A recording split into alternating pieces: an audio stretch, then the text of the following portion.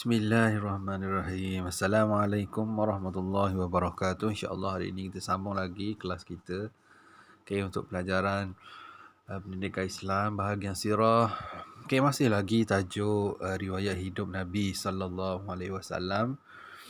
Dan untuk kali ini kita akan sambung lagi berkaitan selepas kerasulan, iaitu peristiwa Isra' dan Mi'raj ketika Nabi berusia 51 tahun. Okay, kita tengok ada 4 poin kat sini. Yang pertama, Sayyidatina Khadijah sentiasa setia mempertahankan dakwah Nabi Muhammad. Kemudian yang kedua, dikata bapa saudara Nabi, iaitu Abu Talib, yang sentiasa membela Nabi walaupun beliau tidak memeluk Islam. Jadi yang ketiga, kematian mereka berdua menyebabkan Nabi Muhammad berduka cita. Kisah Isra' dan Mi'raj ini dia bermula dengan kesedihan Nabi selepas wafatnya dua orang manusia yang sangat-sangat memberi kesan kepada dakwah Nabi SAW. Yang pertama, Khadijah, orang yang sentiasa menyokong bersama dengan Nabi SAW start daripada Nabi menerima wahyu sehingga wafatnya Khadijah. Khadijah ni dia punya jasa dia sangat besar kepada Nabi SAW. Dan bila mana Khadijah ni wafat, maka Nabi sangat terasa dengan kewafatan Khadijah. Kemudian yang kedua pula Abu Talib. Abu Talib ni dia tak memeluk Islam, tapi dia antara orang yang selalu mempertahankan Nabi bila mana Nabi diejek, dihina dan dibuat macam-macam oleh orang musyrikin Mekah pada waktu itu. Kemudian dua orang ni meninggal, maka Nabi pun dalam keadaan situasi berduka cita. Kemudian kedukaan baginda terubat apabila dibawa mengembara menyaksikan tanda-tanda kebesaran Allah dalam peristiwa Isra' dan Mi'raj. Kita baru je lepas sekarang ni bulan Rejab. Baru je lepas meraihkan peristiwa Isra' dan Mi'raj 2-3 hari yang lalu.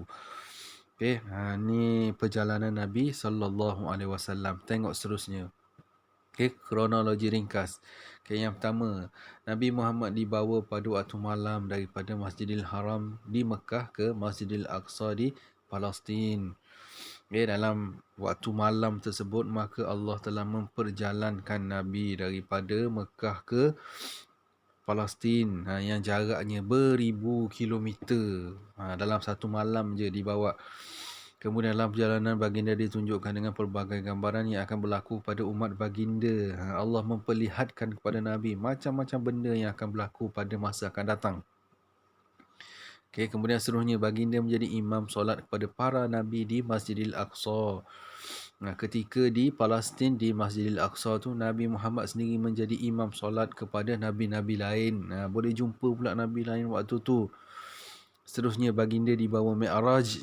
Mi'raj ni daripada Palestin tu naik ke atas, naik ke langit, merentasi 7 lapisan langit sehingga ke Sidratul Muntaha.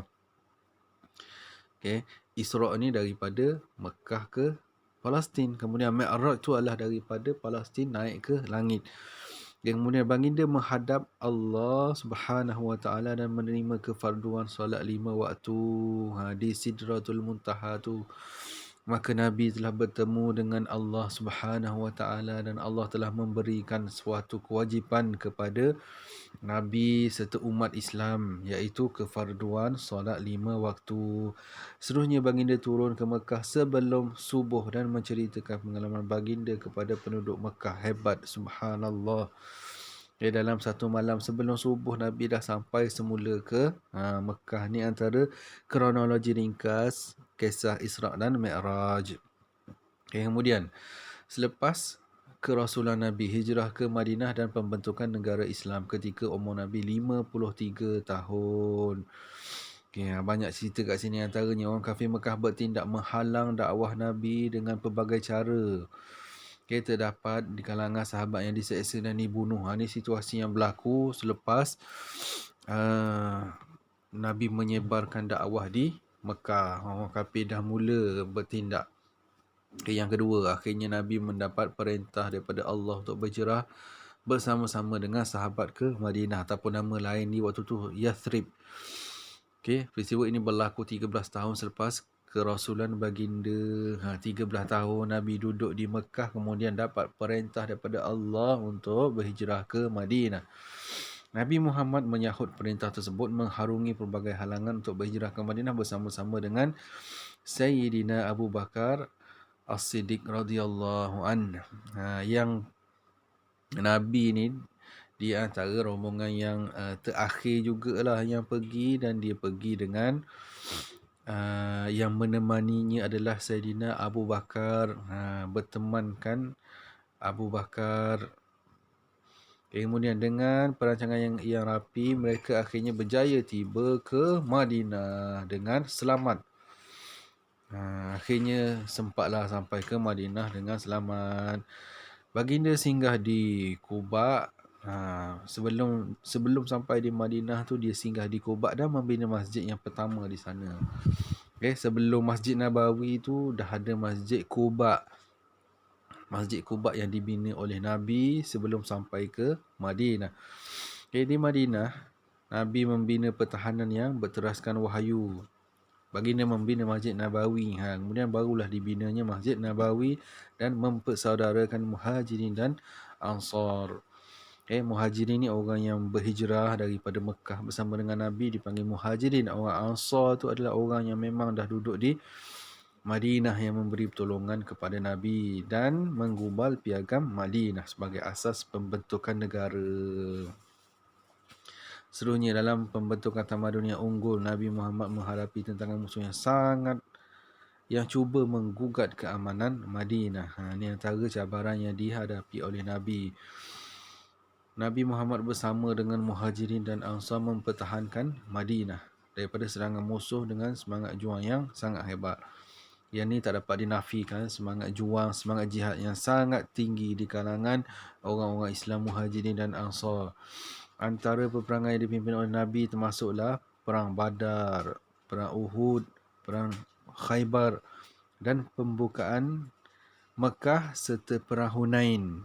Ini antara perang-perang yang disertai oleh orang Islam yang dipimpin oleh Nabi SAW. Kemudian seterusnya jasa Nabi.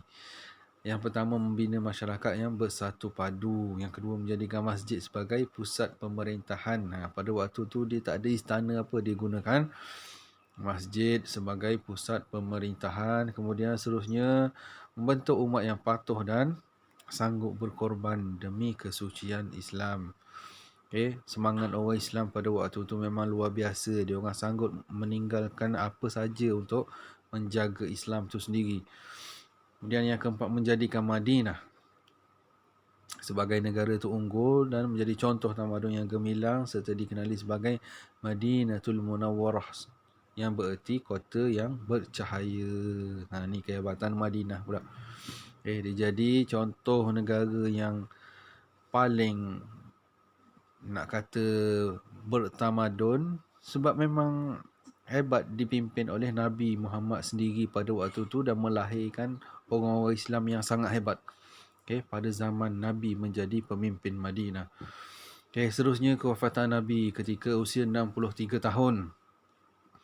Setelah sempurna menjalankan tugas sebagai Rasul pada waktu duha, hari Isnin 12 Rabiul Awal tahun 11 Hijrah di rumah Sayyidatina Aisyah.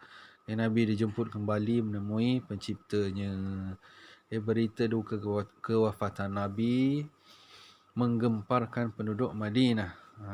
Jasad Nabi yang mulia dimakamkan di rumah Sayyidatina Aisyah. Ini adalah kisah kewafatan Nabi sallallahu alaihi wasallam. Wallahu alam. Assalamualaikum.